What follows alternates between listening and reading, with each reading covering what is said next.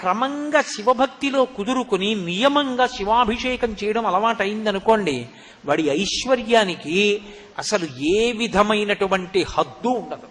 అసలు ఐశ్వర్యం అన్న మాటకు అర్థం ఏమిటో తెలుసా? తృప్తి. తృప్తిని మించిన ఐశ్వర్యం లేదు.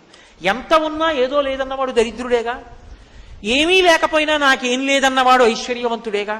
కాబట్టి నా దృష్టిలో పరమైశ్వర్యవంతుడు ఎవరు అంటే గొప్ప తృప్తి కలిగినవాడు. అంటే నేను కాదా ఆ మాట అన్నాం, శంకర భగవత్పాదులు అన్నారు ఆ మాట.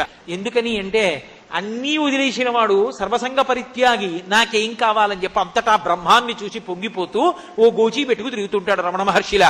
యోగరతో వా భోగరతో వా సంగరతో వా సంగవిహీన యశ్చత్ బ్రహ్మణి రమతే చిత్తం నందతి నందతి నందత్యేవ.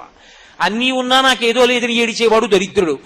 ఏమీ లేకపోయినా గోచీ పెట్టుకుని నాకేం లేదని అంతటా బ్రహ్మాన్ని చూసి పొంగిపోయేవాడు ఐశ్వర్యవంతుడు.